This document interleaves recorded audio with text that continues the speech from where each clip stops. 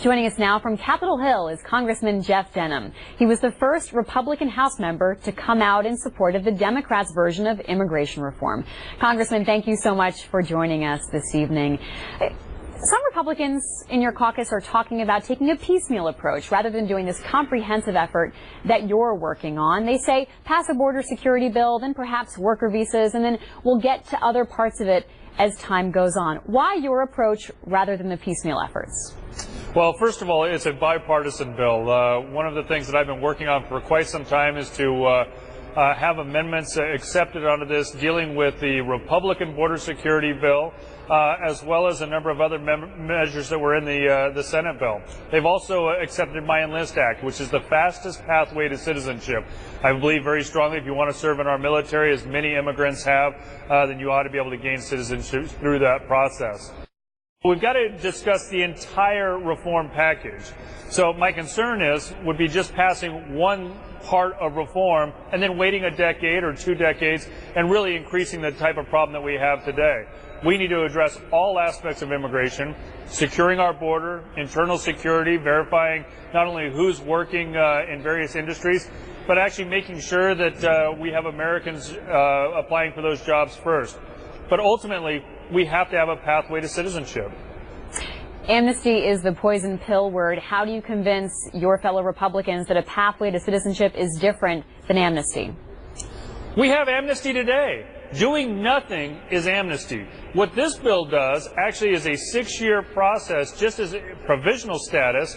You've got to pass a background check. You have to pay back fines, back taxes.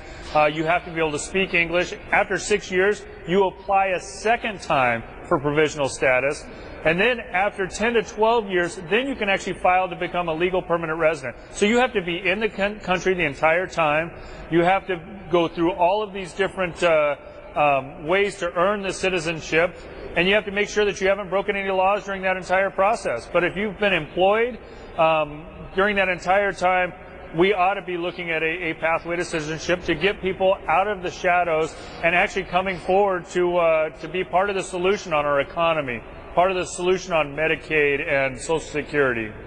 Now, Congressman Denham, you mentioned your Enlist Act. You're an Air Force veteran yourself, so you're looking at that component of getting people who serve in the military on a pathway to citizenship. But tell us more about your district. What are you hearing from business leaders, from people in the agriculture community, and undocumented immigrants who live in your California district? You know, there's been a lot of uncertainty in California, everything from our ag economy to our labor force and our high unemployment rate. We need to solve all of those issues with immigration reform. I mean, from an economic standpoint, it's $1 trillion over the next 2 decades. I mean, we're here, you know, just recently after the shutdown, dealing with 17 going to $18 trillion worth of debt. This is something that can help us through that. But on a local level, we need to make sure that we're addressing not only immigration from an employment standpoint, but we've got kids that have gone to our schools that are now into our colleges. You know, we need to make sure that we have a pathway to citizenship, not only for our dreamers, but also making sure that we have gainful employment as we move forward. What are the chances of your bill getting to the floor? We saw the Hassert rule or guideline broken during the debt ceiling debate. This is the old rule that says the Speaker doesn't bring a bill to the floor unless he has the majority of his caucus, the Republicans, on board. That doesn't look likely when it comes to immigration reform. So any chance of this coming to the floor so that a bipartisan group could vote on it? You know, our goal right now is to get as many Republicans and Democrats on the bill as possible. The closer that we get to 218 votes, the more likely not only this bill comes up, but the overall immigration debate comes to the floor in a full fashion. And that's really what we need. We need a full debate in front of the American public to show exactly what these bills do, whether individually or one comprehensive bill. And I think that'll not only be up to individual members to help define, but it'll be up to the American public to define as well. Who has the loudest voice and the most important voice as you and your colleagues listen to constituents? Is it the business community? Is it dreamers, the young people who were brought to this country at a young age? Who has the ear?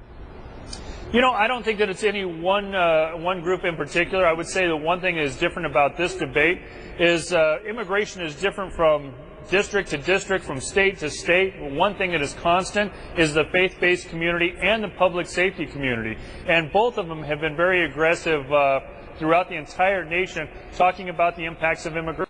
So it's important for business communities and certainly dreamers and those that are affected directly, but there's nothing like having the faith-based community throughout the entire nation sending the same message to every individual member. That'll help us to drive this issue forward. Do you feel like a trailblazer on this? One of 3 Republicans, the first Republican to get on board with the comprehensive package in the House?